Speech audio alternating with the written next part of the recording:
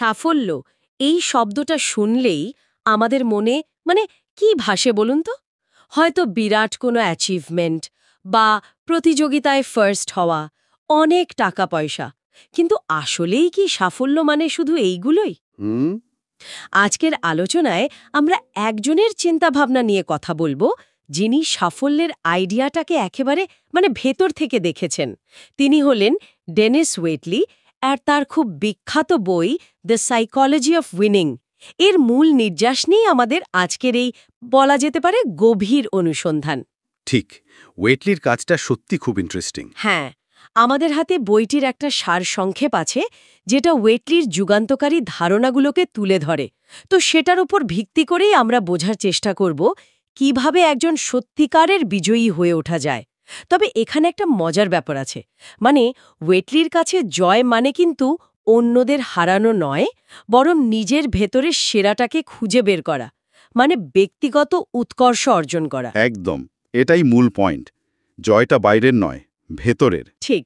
তাই আমাদের আজকের লক্ষ্য হল ওয়েটলির বাতলে দেওয়া সেই 10টা মানসিক গুণাবলীকে চিনে নেওয়া, যা এই ভেতরের জয়ের ভিত্তি তৈরি করে। আমরা দেখব কিভাবে এই গুণগুলো বাহ্যিক প্রতিযোগিতার চেয়ে এই আত্ম উন্নয়ন আর ব্যক্তিগত শ্রেষ্ঠত্বের উপর বেশি জোর দেয়। প্রচলিত ধারণার বাইরে গিয়ে সাফল্যের একটা নতুন অর্থ খোঁজার চেষ্টা আর কি। শুরু করা যাক তাহলে। আচ্ছা, ওয়েটলির সবচেয়ে মৌলিক আর হয়তো সবচেয়ে শক্তিশালী ধারণাটা দিয়েই শুরু করা যাক। তিনি বলছেন, সাফল্য আসলে বাইরের কোনো বস্তু বা ঘটনা নয়, এটা পুরোপুরি একটা মানসিক অবস্থা, একটা স্টেট অফ মাইন্ড।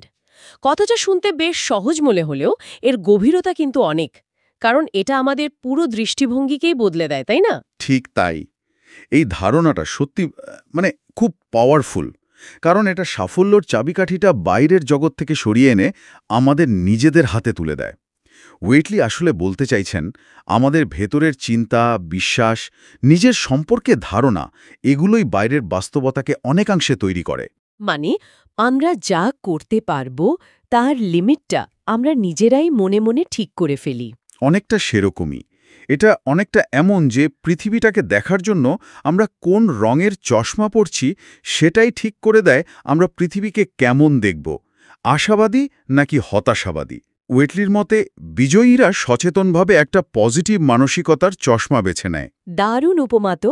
আচ্ছা, তাহলে এই বিজয়ী মানসিকতা বা স্টেট অফ মাইন্ড কিভাবে গড়ে তোলা যায়? এখানেই ওয়েটলির সেই 10টা গুণের কথা আসে, তাই তো? হ্যাঁ, ওই 10টা গুণ। বোঝার সুবিধার জন্য আমরা এই গুণগুলোকে কয়েকটা ভাগে ভাগ করে আলোচনা করতে পারি। প্রথম গুচ্ছটিকে বলা যেতে পারে আত্মোপলব্ধি বা সেলফ পারসেপশন, নিজেকে জানা আর নিজের সম্পর্কে ধারণা তৈরি করা। ঠিক। এই ভাগে 3টে গুরুত্বপূর্ণ স্তম্ভ রয়েছে: আত্মসচেতনতা বা সেলফ অ্যাওয়ারনেস, আত্মসম্মান বা সেলফ এস্টিম, আর হলো আত্মপ্রতিচ্ছবি বা সেলফ ইমেজ।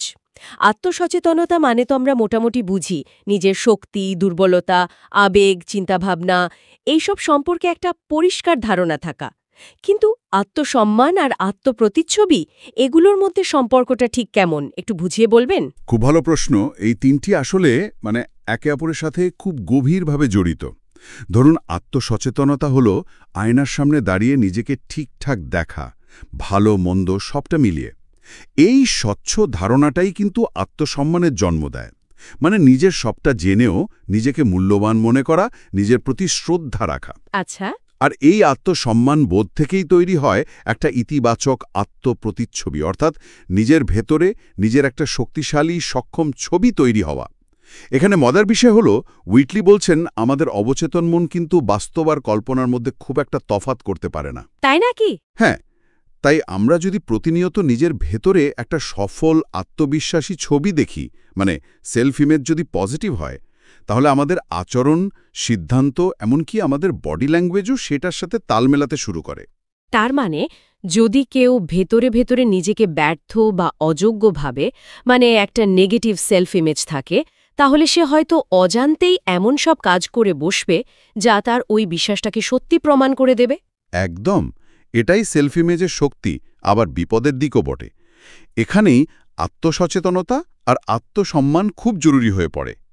সচেতনতা আমাদের ভেতরের ওই নেতিবাচক ছবিটা চিনতে সাহায্য করে, আর আত্মসম্মান সেই ছবিটা বদলানোর সাহস যোগায়। যেমন ধরুন, কেউ হয়তো পরীক্ষায় খারাপ করেছে, আত্মসম্মান কম থাকলে সে ভাববে আমি একটা ব্যর্থ, যা তার সেলফ ইমেজকে আরও দুর্বল করবে। আর ব্যর্থ হয়েছি, কিন্তু আমি ব্যর্থ নই, এখান থেকে শিখে পরের বার ভালো করব। দেখুন, দুটো দৃষ্টিভঙ্গি কিন্তু সম্পূর্ণ ভিন্ন বাস্তবতার জন্ম দেবে। এখানে ওয়েটলি জোর দিচ্ছেন ভেতরের এই ছবিটা সচেতনভাবে তৈরি করতে হবে। বোঝা গেল। খুব ইন্টারেস্টিং। তাহলে আত্ম উপলব্ধির পর, মানে নিজেকে জানার পর, দ্বিতীয় ধাপে কি আসে? মনে হচ্ছে নিজেকে এবার চালনা করার ক্ষমতা দরকার।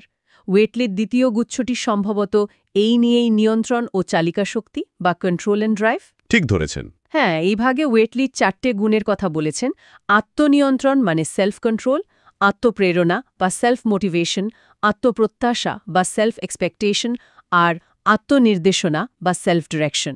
আচ্ছা, আত্মনিয়ন্ত্রণ মানে কি শুধু রাগ বা লোভ কন্ট্রোল করা, নাকি এর মানে আরও ব্যাপক কিছু? ওয়েটলির কাছে আত্মনিয়ন্ত্রণ শুধু রিপ্রেশন বা দমন করা নয়, বরং নিজের আবেগ, চিন্তা এবং আচরণের ওপর একটা নিয়ন্ত্রণ প্রতিষ্ঠা করা। এর মানে হল বাইরের পরিস্থিতির রিয়াকশনে ভেসে না গিয়ে নিজের প্রতিক্রিয়া নিজে বেছে নেওয়া। ধরুন, রাস্তায় ভীষণ জ্যামে আটকে আছেন। হ্যাঁ, এটা তো রোজকার ঘটনা। তো আপনি রেগে গিয়ে হর্ন বাজাতে পারেন, চেঁচামেচি করতে পারেন, আবার শান্ত থেকে গঠনমূলক কিছু ভাবতে বা শুনতেও পারেন। এই দ্বিতীয়টা হল আত্মনিয়ন্ত্রণের উদাহরণ। এটা আসলে নিজের জীবনের স্টিয়ারিংটা নিজের হাতে নেওয়া, মানে পরিস্থিতি বা অন্যকে দোষ না দিয়ে নিজের দায়িত্ব নিজে নেওয়া। বাহ! আর এই আত্মনিয়ন্ত্রণ থেকেই কি আত্মপ্রেরণা বা সেলফ মোটিভেশন আসে? মানে যখন আমি বাইরের ঘটনার দ্বারা কম প্রভাবিত হচ্ছি, তখন ভেতরের লক্ষ্য আমাকে বেশি টানবে, এরকম? ঠিক ধরেছেন, সম্পর্কটা খুব গভীর। আত্মপ্রেরণা মানে হল ভেতরের ইচ্ছা বা পারপাস থেকে কাজ করার শক্তি। এটা বাইরের পুরস্কার বা শাস্তির উপর নির্ভর করে না। যে মানুষের আত্মনিয়ন্ত্রণ আছে, সে সহজেই নিজের লক্ষ্য থেকে সরে যায় না। ফলে তার ভেতরের মোটিভেশনটা, মানে প্রেরণাটা, টিকে থাকে। আচ্ছা। এরপর আসে আত্মপ্রত্যাশা বা সেলফ এক্সপেকটেশন। এটা শুধু আশা করা নয়, বরং সাফল্যের একটা স্পষ্ট মানসিক ছবি তৈরি করা, প্রায় যেন সেটা ঘটেই গেছে। ওয়েটলি এটাকে বলেন ভিজুয়ালাইজিং সাকসেস। ও, ভিজুয়ালাইজেশন। হ্যাঁ, এটা অবচেতন মনকে সেই লক্ষ্যের দিকে ঠেলে দেয়। যেমন একজন স্পোর্টস পারসন খেলার আগে মনে মনে সফল শটটা নিচ্ছেন। এটা শুধু স্বপ্ন দেখা নয়, এটা একরকমের মানসিক প্রস্তুতি। বোঝা যাচ্ছে। তাহলে আত্মনিয়ন্ত্রণ, আত্মপ্রেরণা আর আত্মপ্রত্যাশা, এই তিনটি কি যথেষ্ট? ওই যে আরেকটা বললেন আত্মনির্দেশনা বা সেলফ ডিরেকশন, সেটার ভূমিকাটা কোথা? আত্মনির্দেশনা হলো এই পুরো প্রক্রিয়াটার এনার্জিটাকে সঠিক পথে চালনা করা। ধরুন, আপনার নিয়ন্ত্রণ আছে, প্রেরণাও আছে, আপনি পজিটিভ প্রত্যাশাও করছেন, কিন্তু কোথায় যাবেন, লক্ষ্যটা কি? ও আচ্ছা, ডিরেকশন। হ্যাঁ, আত্মনির্দেশনা হলো সেই কম্পাস যা আপনাকে আপনার নির্দিষ্ট লক্ষ্যের দিকে স্থির রাখে। এটা হলো নিজের জীবনের জন্য একটা ক্লিয়ার রোডম্যাপ তৈরি করা এবং সেই অনুযায়ী এগিয়ে যাওয়া। লক্ষ্য ছাড়া এই ভেতরের শক্তিগুলো তো দিক হারিয়ে ফেলতে পারে, তাই না? ঠিক। ওয়েটলি আসলে বলতে চাইছেন, এই 4টে গুণ একসাথে কাজ করে। নিয়ন্ত্রণ দায়িত্ব শেখায়, প্রেরণা শক্তি যোগায়, প্রত্যাশা পথ দেখায়, আর নির্দেশনা লক্ষ্য স্থির রাখে। একটা আরেকটার পরিপূরক। দারুণভাবে যুক্ত তো। তাহলে আমরা দেখলাম কিভাবে নিজেকে জানতে হয়, সেলফ পারসেপশন, এবং কিভাবে নিজেকে চালিত করতে হয়, কন্ট্রোল অ্যান্ড ড্রাইভ। আচ্ছা, এবার তৃতীয় এবং শেষ গুচ্ছের দিকে যাওয়া যাক। এটা হলো কর্ম এবং দৃষ্টিভঙ্গি, মানে অ্যাকশন অ্যান্ড আউটলুক।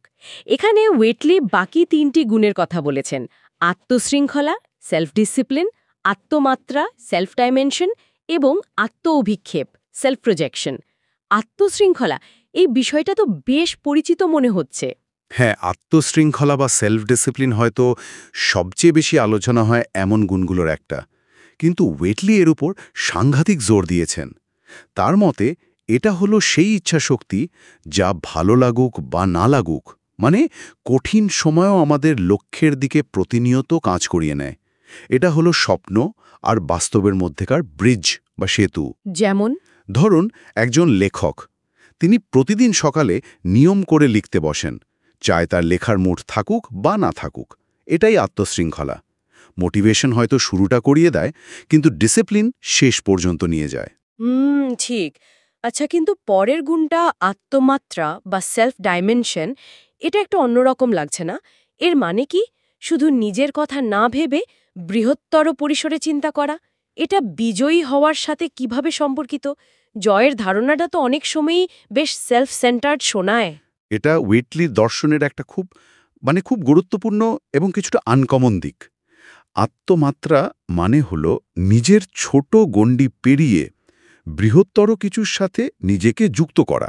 সেটা হতে পারে পরিবার, সমাজ, দেশ বা হয়তো মানবতার কোনো বৃহত্তর উদ্দেশ্য। ওয়েটলি মনে করেন, যে মানুষ শুধু নিজের জন্য বাঁচে তার মোটিভেশন একটা সময় গিয়ে লিমিটেড হয়ে যায়। আচ্ছা। হ্যাঁ, কিন্তু যখন কেউ নিজের চেয়ে বড় কোনো লক্ষ্যের অংশ হয়, তখন তার কাজের অর্থ এবং গভীরতা দুটোই বাড়ে। এটা তাকে আরও বেশি সহনশীল এবং দীর্ঘমেয়াদী প্রেরণা দেয়। যেমন একজন ডাক্তার যদি শুধু টাকা রোজগারের জন্য কাজ না করে মানুষের সেবা করার একটা বৃহত্তর উদ্দেশ্যে করেন, তখন তার কাজের প্রতি ডেডিকেশন এবং স্যাটিসফ্যাকশন দুটোই বাড়ে। এটা জয়কে আরও মিনিংফুল করে তোলে, সংকীর্ণ করে না। এটা মানে কি নিজের গুণ জাহির করা, মানে শো অফ করা? না, ঠিক জাহির করা বা শো অফ নয়। আত্মবিক্ষেপ হলো আপনার ভেতরের আত্মবিশ্বাস, আপনার অপটিমিজম, পজিটিভিটি, এইগুলোকে আপনার আচরণ, কথাবার্তা এবং বডি ল্যাঙ্গুয়েজের মাধ্যমে বাইরের জগতে প্রজেক্ট করা বা প্রকাশ করা। ও, এটা অনেকটা চুম্বকের মতো কাজ করে। যখন আপনি কনফিডেন্সের সাথে কথা বলেন, একটা পজিটিভ অ্যাটিটিউড দেখান, তখন মানুষ স্বাভাবিকভাবেই আপনার প্রতি অ্যাট্রাক্টেড হয়, আপনাকে বিশ্বাস করে, আপনার সাথে কাজ করতে চায়। মানে এটা সাফল্যের পথ সহজ করে। অনেকটা তাই। এটা আপনার সাফল্যের পথকে মসৃণ করে তোলে। তবে এটা কিন্তু মেকি আত্মবিশ্বাস নয়, বরং আপনার ভেতরের সত্তার একটা স্বাভাবিক বহিঃপ্রকাশ হওয়া উচিত। তাহলে এই 10টি গুণ যদি একবার মনে করার চেষ্টা করি: আত্মসচেতনতা, আত্মসম্মান, আত্মপ্রতিচ্ছবি, তারপর আত্মনিয়ন্ত্রণ, আত্মপ্রেরণা, আত্মপ্রত্যাশা, আত্মনির্দেশনা, আর শেষে আত্মশৃঙ্খলা, আত্মমাত্রা এবং আত্ম-অভিক্ষেপ, এই সব মিলেই ওয়েটলির বিজয়ের মনোবিজ্ঞান তৈরি হচ্ছে। হ্যাঁ, একদম। এবং লক্ষ্য করার বিষয় হলো, এই সবগুলো গুণই কিন্তু ভেতরের, মানে ইন্টারনাল। কোনোটি বাইরের পরিস্থিতি বা অন্য কারোর ওপর নির্ভরশীল নয়। ওয়েটলি বারবার এটাই বোঝাতে চেয়েছেন, আসল যুদ্ধটা বাইরের ময়দানে নয়, সেটা আপনার নিজের মনের ভেতরে। আপনি যদি ভেতরের এই যুদ্ধে জিততে পারেন, তাহলে বাইরের সাফল্য অনেকাংশেই তার পিছু পিছু আসবে। এই প্রসঙ্গে ওয়েটলির একটা খুব বিখ্যাত উক্তি আছে না, যেটা এই পুরো দর্শনটাকে এক লাইনে বলে দেয়? সম্ভবত আপনি এই উক্তিটির কথা বলছেন। বিজয়ীরা তারা নয় যারা কখনো ব্যর্থ হয় না, বরং তারা যারা কখনো হাল ছাড়ে না। মানে, winners are not those who never fail, but those who never quit. হ্যাঁ, এটাই। দেখুন, এই একটা বাক্য কিভাবে ওয়েটলির গুণগুলোর সাথে মিলে যায়। ব্যর্থ হয় না এমন মানুষ তো হয় না, কিন্তু ব্যর্থতার পর উঠে দাঁড়ানোর জন্য কি দরকার? দরকার আত্মসম্মান, সেলফ এস্টিম, নিজেকে ওই ব্যর্থতার চেয়ে বড় মনে করা। ঠিক। আর হাল না ছাড়ার জন্য কি দরকার? দরকার আত্মশৃঙ্খলা, সেলফ ডিসিপ্লিন এবং আত্মপ্রেরণা, সেলফ মোটিভেশন। এই উক্তিটি আসলে ভেতরের মানসিক শক্তির কথাই বলছে। ওয়েটলির পুরো থিওরিটাই কনডেন্সড হয়ে আছে এখানে। একদম। তাহলে পুরো আলোচনার সারমর্ম যদি করতে হয়, মানে যদি গুছিয়ে বলি, তাহলে বলা যায়, ডেনিস ওয়েটলির মতে জয় বা সাফল্য কোনো ভাগ্য বা ট্যালেন্টের খেলা নয়, বরং এটা একটা সচেতনভাবে গড়ে তোলা মানসিক অবস্থা। এই অবস্থাটা তৈরি হয় নিজেকে জানা, নিজের উপর নিয়ন্ত্রণ রাখা, পজিটিভ প্রত্যাশা করা, নির্দিষ্ট লক্ষ্যের দিকে এগিয়ে যাওয়া, ডিসিপ্লিন বজায় রাখা এবং শেষমেশ বৃহত্তর কিছুর সাথে যুক্ত হওয়ার মাধ্যমে। আসল কম্পিটিশনটা অন্যের সাথে নয়, নিজের ভেতরের দুর্বলতাগুলোর সাথেই। ঠিক তাই, ওয়েটলির এই ধারণাগুলো আজও খুব প্রাসঙ্গিক, কারণ এগুলো আমাদের শেখায় কিভাবে নিজেদের জীবনের ড্রাইভিং সিটে বসতে হয়। বাইরের পৃথিবীর ওপর আমাদের নিয়ন্ত্রণ হয়তো লিমিটেড হতে পারে, কিন্তু আমাদের ভেতরের পৃথিবী, আমাদের চিন্তা, বিশ্বাস, প্রতিক্রিয়া, এগুলোর ওপর আমাদের নিয়ন্ত্রণ প্রতিষ্ঠা করা সম্ভব। আর ওয়েটলির মতে এই ভেতরের নিয়ন্ত্রণই বাইরের সাফল্যের আসল চাবিকাঠি। তাহলে আমাদের শ্রোতাদের জন্য আজকের আলোচনার মূল প্রাপ্তি এটাই হতে পারে যে সাফল্যের খোঁজটা আসলে বাইরে নয়, বরং নিজের ভেতরেই শুরু করতে হবে। আর এই 10টা গুণ হল সেই পথের ম্যাপ বা দিশারি। একদম। আর আলোচনা শেষ করার আগে একটা ভাবনা শুধু যোগ করতে চাই। ওয়েটলি তো 10টা গুণের কথা বলেছেন, এগুলো সবই গুরুত্বপূর্ণ, সন্দেহ নেই। কিন্তু একসাথে সবগুলোর ওপর কাজ করা হয়তো একটু কঠিন মনে হতে পারে। তাই শ্রোতারা ভাবতে পারেন এই মুহূর্তে তাদের ব্যক্তিগত বা পেশাগত জীবনে কোন গুণটি সবচেয়ে বেশি দরকারি, কোনটা নিয়ে কাজ করলে সবচেয়ে বেশি উপকার হবে। হয়তো আত্মনিয়ন্ত্রণ বা আত্মশৃঙ্খলা, নাকি আত্মসম্মানবোধ বাড়ানো। শুধু একটা বা দুটো গুণ বেছে নিয়ে সেগুলোর সচেতন অনুশীলন শুরু করলে কেমন হয়? দারুণ পয়েন্ট, ছোট ছোট পদক্ষেপে শুরু করা। হ্যাঁ, আর আরও এক ধাপ এগিয়ে ভাবা যেতে পারে ওয়েটলির এই যে অভ্যন্তরীণ জয়ের ধারণা, এটার সাথে আমাদের চারপাশে দেখা সাফল্য বা জয়ের যে প্রচলিত ধারণাগুলো আছে তার কোথায় মিল বা কোথায় অমিল। এই তুলনাটা হয়তো আমাদের নিজেদের সাফল্যের সংজ্ঞাকে আরও স্পষ্ট করতে সাহায্য করবে। সত্যি, এটা একটা খুব গুরুত্বপূর্ণ প্রশ্ন।